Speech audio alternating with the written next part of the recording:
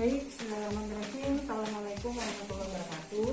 Nah, sebelum kita mulai sidang yang sesungguhnya, saya akan kasih sedikit kisi-kisi. Jadi ketika sidang itu apa yang harus dipersiapkan dan pertanyaan apa saja yang biasa ditanyakan pada saat sidang. Dan ini umum. Saya lalui itu ketika saya kuliah S1, S2 dan S3. Dan pertanyaannya itu memang seputar hal yang memang kita lakukan penelitiannya. Nah, apa aja sih pertanyaannya? Ini akan saya coba ulas ke teman-teman. Pertanyaan yang pertama, dan itu pasti ditanyakan, tidak mungkin tidak, yaitu apa alasan Anda mengangkat judul tersebut? Alasan itu harus tertulis di dalam latar belakang yang sudah kalian tuliskan.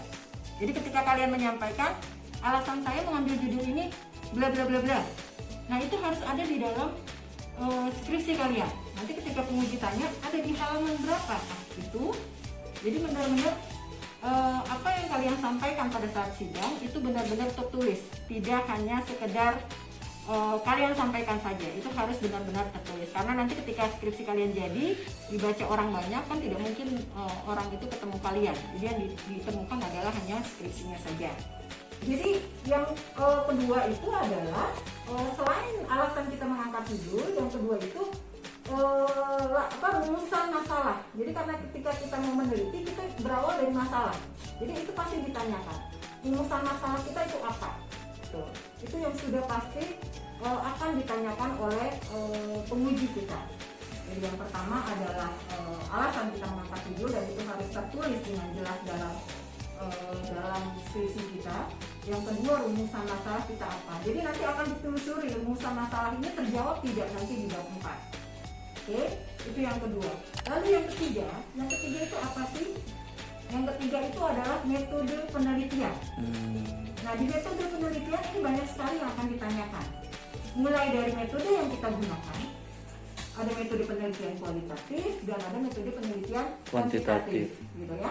Ada juga yang mixed method, gitu kan, metode penelitian campuran. Nah, nanti terserah kalian metode penelitiannya apa, kalian sampaikan. Lalu masih dalam metode penelitian itu terkait dengan sumber data. Datanya data primer atau data sekunder. Data primer itu data yang kita ambil langsung ke lapangan, seperti kita kuesioner, menyebar kuesioner, atau kita melakukan wawancara, itu data primer atau data utama. Data sekunder itu data yang kita ambil dari tempat lain, misalkan kita ambil dari instansi yang terkait, misalkan kita penelitiannya di bank, tapi kita ambil data dari OJK atau dari lembaga-lembaga yang terkait dengan penelitian kita. Nah, masih di metodologi penelitian, populasi dan sampelnya apa, gitu kan? Kalau kita memang ke lapangan, populasinya berapa, sampelnya berapa, dan metode penarikan sampel. Kuantitatif tuh, Bu. Mau kualitatif atau mau kuantitatif itu sama, gitu kan? Metode penarikan sampelnya apa, gitu. Metode penarikan sampel atau populasinya berapa itu kita sampaikan, atau populasinya siapa, atau sampelnya, atau kalau kualitatif itu lebih kepada subjek penelitiannya itu siapa, gitu. Nah, lalu masih di metodologi penelitian, selain tadi yang pertama itu adalah metode penelitian, yang kedua sumber data, yang ketiga populasi dan sampel, yang keempat metode pengumpulan data. Metode pengumpulan data itu kita mengumpulkan data dengan apa? Observasi, wawancara, atau menyebar kuesioner, atau dokumentasi. Tergantung nanti penelitian kita apa, itu yang kita sampaikan. Nah, lalu selanjutnya masih di metodologi penelitian, kita menggunakan teknik analisa apa? Kalau kualitatif dia punya teknik analisanya sendiri, kalau kuantitatif dia juga punya teknik analisanya sendiri. Nah, itu masih terkait di metodologi penelitian, dan itu umumnya pasti ditanyakan. Paling tidak, kalau tidak semuanya ditanyakan, salah satu di antaranya itu pasti ditanyakan. Gitu. Dan itu harus kalian persiapkan dan harus kalian pahami dan harus tahu, karena memang kalau kita melakukan penelitian ya kita harus tahu semua hal yang terkait dengan yang kita teliti. Nah, setelah di metodologi penelitian kita masuk ke dalam ranah bab 4. Bab 4 itu adalah hasil penelitian. Nah, di hasil penelitian ini kita akan cross check kembali rumusan masalah. Rumusan masalah itu ada yang umumnya menggunakan kata tanya, misalkan bagaimana strategi pemasaran pada PTA X gitu kan, seperti apa, bagaimana. Nah, itu karena kata tanyanya bagaimana gitu kan, kita harus menjelaskan bla bla bla bla bla. Nah, itu biasanya kualitatif. Rumusan masalah seperti itu biasanya kualitatif, karena kita harus menjelaskan dengan detail bagaimana sih, ya bagaimana yang begini 1, 2, 3 bla bla bla bla dan seterusnya. Itu biasanya rumusan masalah kualitatif. Jadi di bab 4 pun kita harus menjelaskan dengan cara deskriptif kualitatif. Nah, itu tadi di teknik analisa datanya harus sudah jelas menggunakan apa. Umumnya kalau kualitatif dia bisa menggunakan triangulasi data. Nah, nanti kalau kalian mau menggunakan yang lain terserah, bebas aja. Yang penting kalian punya dasar kalian mau melakukan analisa itu apa. Dasarnya dari mana? Otomatis harus dari buku. Tidak bisa dari modul, artinya belum bisa dijadikan referensi kalau hanya modul. Ya, kalau kuantitatif, rumusan masalahnya itu biasanya apakah terdapat pengaruh, apakah terdapat hubungan, gitu kan? Nah, itu pertanyaannya apakah, gitu kan? Jawabannya ya atau tidak sebenarnya. Ya, terdapat pengaruh, tidak terdapat hubungan misalkan. Nah, jadi itu lebih dinilai dengan angka. Nah, jawabannya pun nanti harus lebih kepada arah perhitungan dengan statistika kalau yang kuantitatif. Nah, kita harus sudah siap semua. Artinya ketika rumusan masalahnya apa, di kualitatif jawaban masalahnya pun harus tergambar dalam bab 4 itu. Gitu. Jadi yang pertama itu hasil penelitian yang kita sampaikan baik kualitatif maupun kuantitatif, gitu kan. Nanti setelah itu ada pembahasan itu dari kita sebagai peneliti. Pembahasannya seperti apa ya, tergantung dari rumusan masalah yang kita angkat. Kita harus membahasnya seperti apa. Apakah pembahasan kita ini akan menjawab rumusan masalah atau tidak? Dan harusnya menjawab.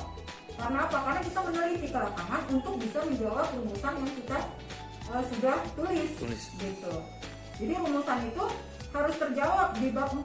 Apapun hasilnya, sampaikan. Kita sebagai peneliti harus bersifat objektif, tidak boleh subjektif. Karena kita bekerja di situ kita baik-baikin, tidak bisa.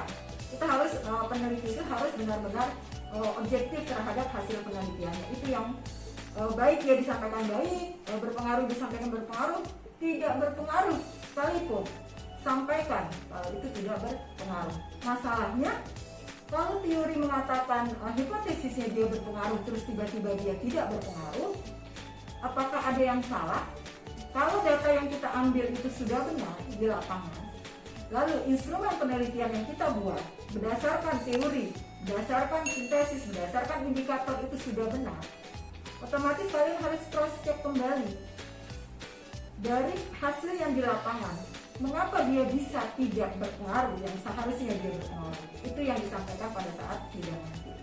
Dan jawaban itu harus kalian temukan. Kenapa? Karena tidak mungkin dia tidak berpengaruh padahal teori mengatakan dia berpengaruh. Itu pasti punya dasar.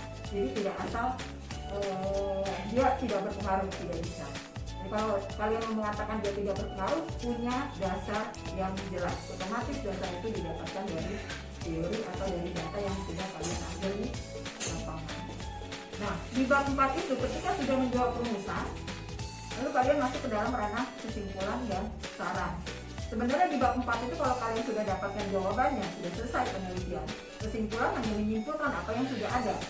Gitu, kalau di bab 4 kalian menjelaskan panjang lebar, di bab 5 kesimpulan ya kalian ambil poin inti dari rumusan masalah yang kalian sudah rumuskan di bab 1. Misalkan kalian merumuskan di bab 1 apakah terdapat pengaruh antara X dan Y, gitu kan. Jawabannya hipotesisnya ditolak, misalkan terdapat pengaruh antara X dan Y. Udah, gitu kan. Nah, kalau itu kuantitatif. Nanti kalau kualitatif ya jawabannya harus deskriptif, kualitatif. Nah, jadi ambil juga kesimpulannya apa yang itu sudah pasti terjawab di dalam rumusan masalah di bab 4. Gitu. Saya rasa itu. Jadi jangan lupa untuk klik subscribe, like, comment, and share ya, biar semakin banyak teman-teman kalian yang bisa mendapatkan ilmu. Biar ketika mereka sidang tidak grogi dan tahu apa yang harus dipersiapkan. Saya rasa itu. Assalamualaikum. warahmatullahi wabarakatuh.